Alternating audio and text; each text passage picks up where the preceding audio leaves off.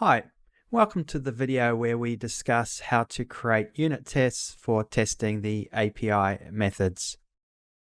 We'll describe how to add unit tests to a Flutter project, how to create unit tests to test data models, and how to create a mock client to test network APIs. The first thing we're going to test for will be the location items method inside the location data class. So first we need to create a test file, and that test file will be created inside the test folder. We need to call the test method, give it a description, and also pass in an anonymous function. We're going to be testing the latitude and longitude values, so we'll create some dummy values to test against. Now we'll create a value that will represent the data that we're going to be passing into our location items method.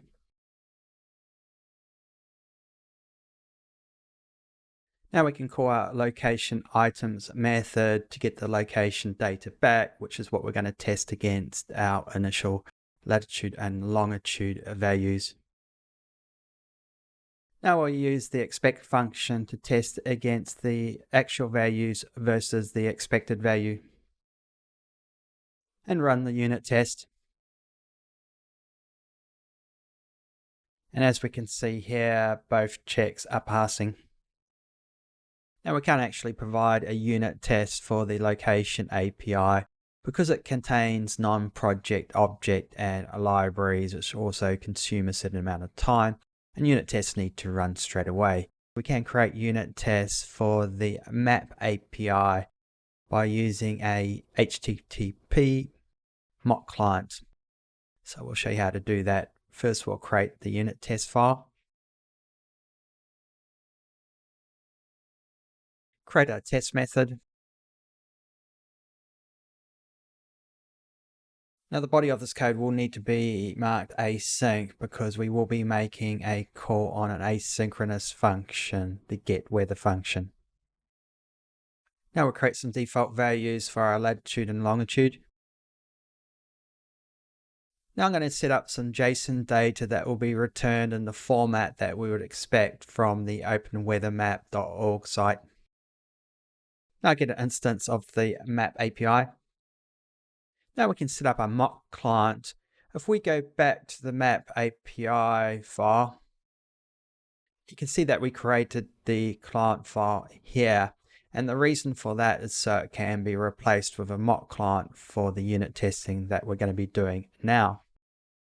So we'll create the new mock client request and assign that to our API client.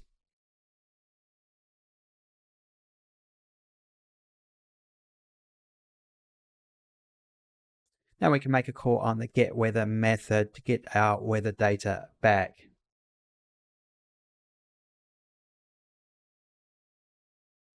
We can now do some checks against the actual values versus the expected values. We'll start with the weather item name first. And we'll also do a check on the temperature as well, which has the value 18 degrees. Now run the unit test.